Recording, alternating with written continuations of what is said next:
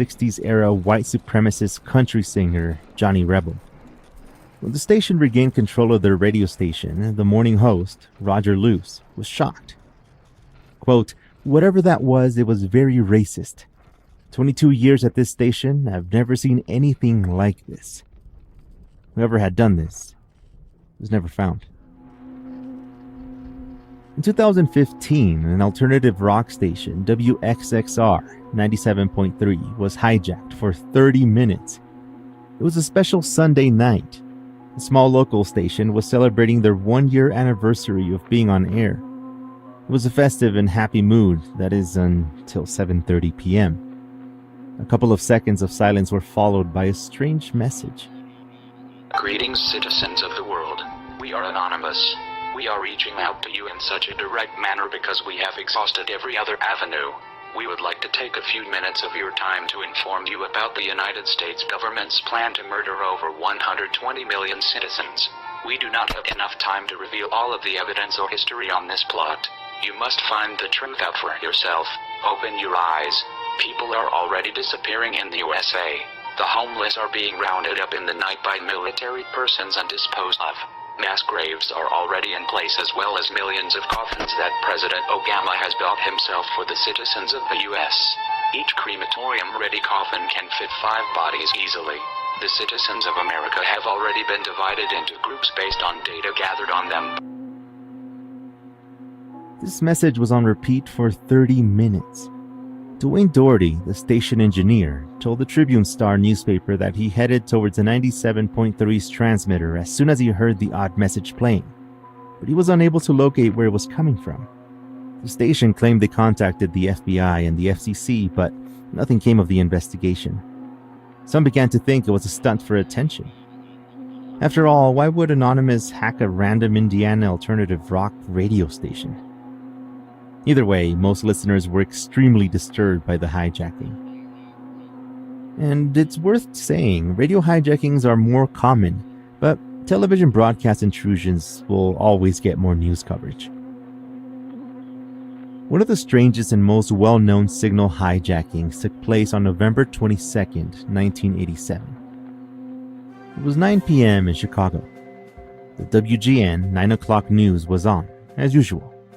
It was a sports segment. Dan Roach, the Channel 9 sportscaster, was recapping the Chicago Bears game while a highlights reel played in the background. As Dan Roach said, then the defense, which hadn't put up a sack of defense in 12 quarters, finally did, and he was cut off. The screen went black. 10 seconds went by. Then, Channel 9 viewers were met with a man in an oversized mask that appeared to be homemade. The mask had sunglasses, slick back blonde hair, a giant disturbing smile, and a protruding chin. He wore a brown suit, a white shirt, and a black tie. Behind the masked man was a metal background. To some, this might have looked like some random horror character, but it was not. It was Max Headroom. Max Headroom was a fictional artificial intelligence character portrayed by a Canadian-American actor, Matt Frewer. With the assistance of prosthetic makeup, a molded plastic suit, and a blue screen, Matt depicted Max Headroom. The character was advertised as computer-generated, and many actually believed it was. In the show, Max was a journalist who worked in a news station owned by a large corporation. He uncovers a dark secret during an investigation and is killed because of it. After his murder, Max's hacker friend preserves his brain and uploads it to a network. Max then becomes a digital news anchor who exists only inside of broadcast signals and computer systems. He drops into television broadcasts. According to his creators, Max's personality was meant to be a satirical example. On the wall, there was a man in my hallway. Or what it looked to be a man, we don't know. Clear as day, like there is a person in the hallway. I took a picture of it. I still have it. I still have it on my phone. Immediately, I had my phone next to me on my bed, and I quickly took the picture so I could show my husband. there was somebody in that hallway. My husband was reaching out to everyone to ask for help of like, what do you think we should do? Because it was affecting me, it was affecting our son. It was so weird. The presence in that apartment, it was like the minute that you walked in, you felt like something was just sitting like on you. It was so tense. The minute you walked out of it, it was a breath of fresh air. It was so weird that it started happening after the baby was born.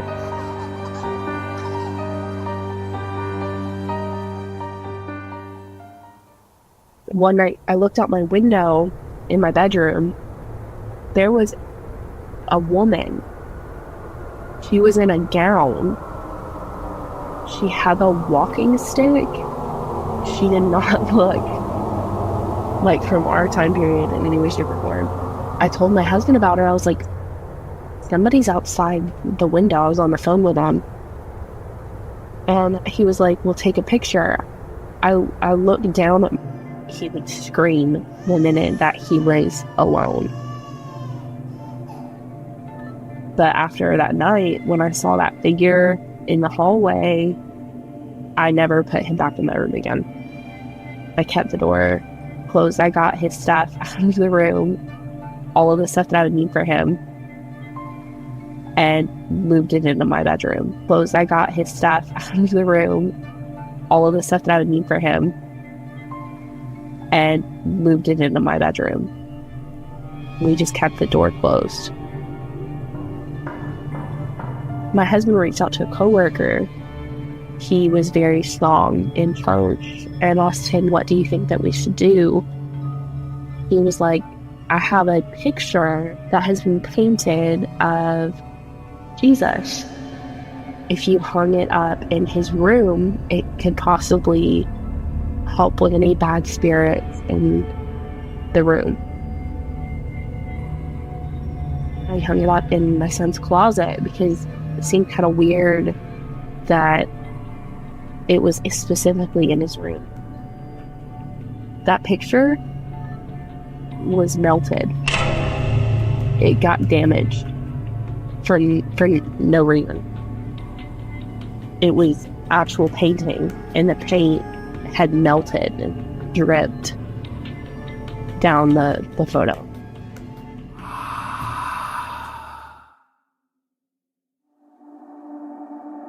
Whatever was in there did not want us there. The things just kept happening. The black mold, the constant bugs in the house where we never had problems before. It was nonstop. After I saw that guy in the hallway and I took the picture and I showed my husband, we were like, we have to leave. We can't. This is too much. We didn't know what else to do. We kept saging the place. We were doing salt on the windowsills, blessings over the house. My mom is very strong in her faith, and my mom even came in, put her hand on that door, and she was like, something's there. My mom was like, yeah, no. You gotta go.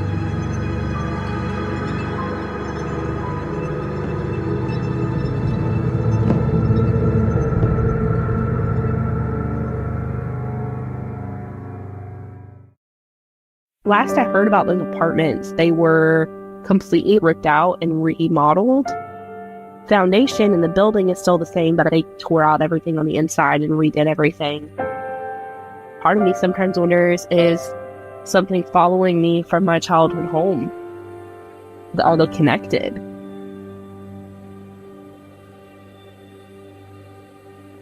It was so weird. The minute that I had a baby of my own, things started happening again. We bought a house after that, moved into our own actual house. We haven't had any problems since then. Is it the same thing that from when I was a kid, or is it something different, or what is it? We're not really sure what that was, but as for my childhood home, I still wonder if something's still there, standing in that window. Whatever was in that window was massive. It was very tall and very, very intimidating. See you soon.